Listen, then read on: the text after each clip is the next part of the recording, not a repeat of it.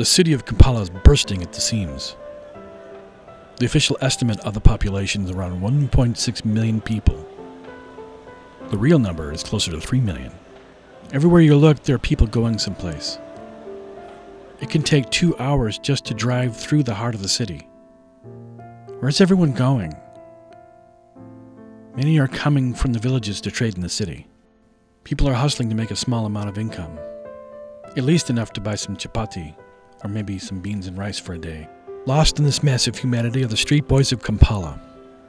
They come from all areas of the country to find work and a better life. Some are running from abusive parents.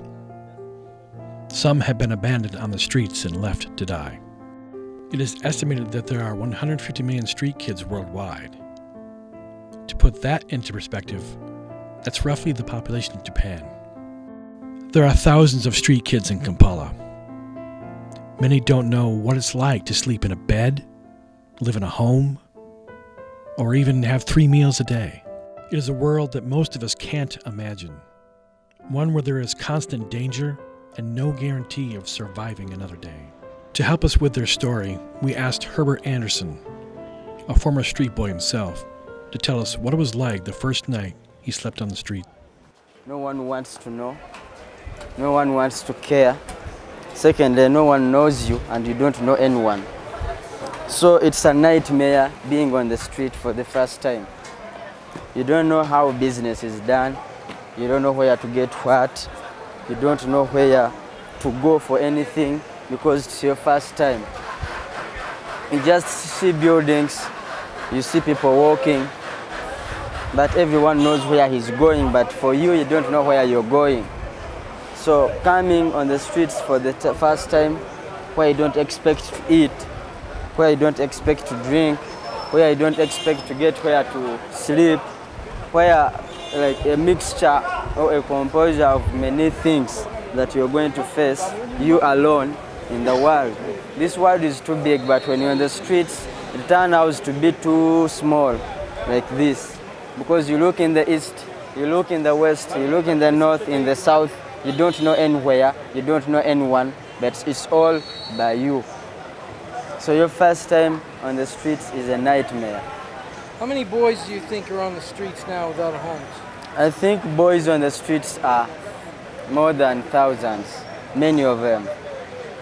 We are on one street right now, but you can find out that there are many streets in Kampala, and each street has one. And many of them you see here, like on the streets like this one who are selling on here, were one day part of them. But because of struggling and striving to see how you can focus on the future. And the other thing is like, you can't see them during the night because of the isolation of the community or the people around them, of the police and other authorities. Street kids are people who don't have where to sleep, and so which means they look dirty, they look different in many ways, so they are isolated. So the best way to see them is during night. The best way to see them is during when like everyone has gone to rest, shops are closed, kind of reluctant because the people they are protecting have gone away. So basically, even the authorities are protective to the people who are working and the shops that are open and the cars that are moving. But for the street kids, it's not their case. No one wants or bothers to know. So when it comes to night, they're also reluctant because they never protect street kids. Even if they see them fighting, no one can come to their rescue. Do you think the government can do anything about creating jobs for the street kids? Street kids is about ignorance and without help and without rescue.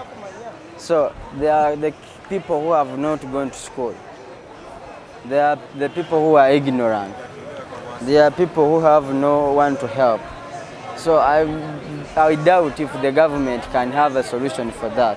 If it's to create jobs, they create jobs for professionals. Street kids are not professionals. street kids are helpless. No one can recommend them. No one can do anything for them. So it's pretty hard for them to get a recommendation or help or creation of jobs from the government.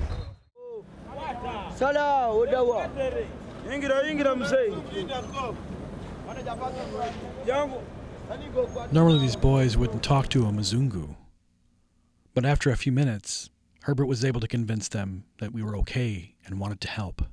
Each group of boys has a leader that looks out for them and teaches them the ropes of how to survive on the streets. Life is indeed very hard on the streets. Here you see a boy sleeping next to a transformer, which is actually a place where the boys sleep at night to keep warm. We were able to interview several boys in Kampala, and their stories are compelling. Let's listen as a young boy by the name of Nicholas tells us his story.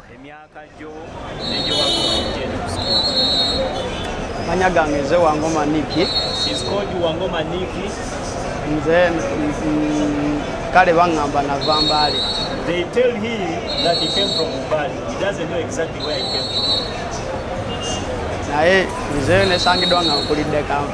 He has found out himself that he has grown from the city of Kampala. How old is he now? He is 15 years old. And he's been on the streets for how long?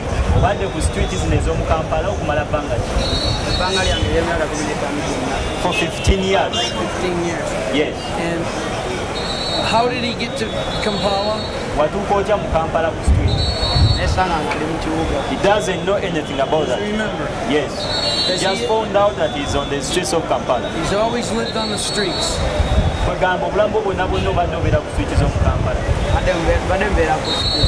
Yes. Has he ever slept in a home?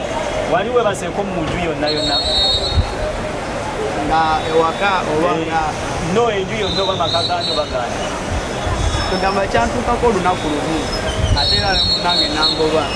Yeah, he slept in the house once and his friend chased him out of the house. What does he do to make money?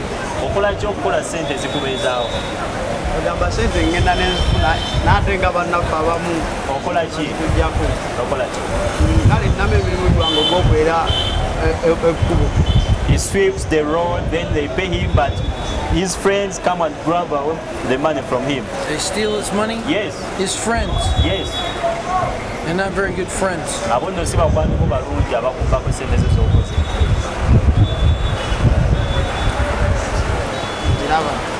What are his greatest fears on the streets?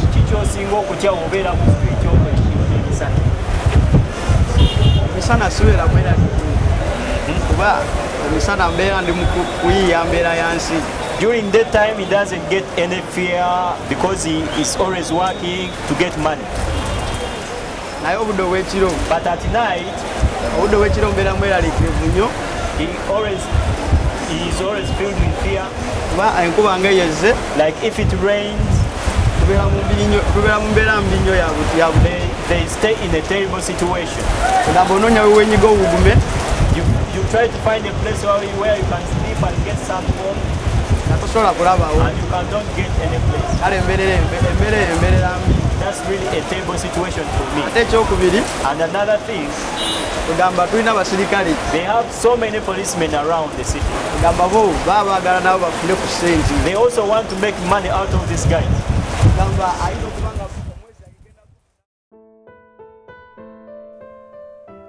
The street kids are terrified of the police.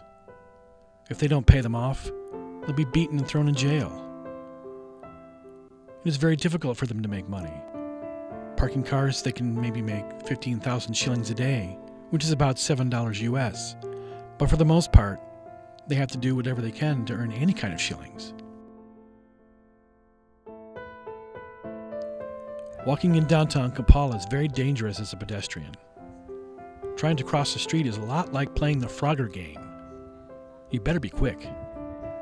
The street boys are very quick on their feet, but sometimes they pay the price for not moving fast enough. We found this boy, who had a gash in his leg that was severely infected. We took him to a medical clinic that was right across the street from the transformer.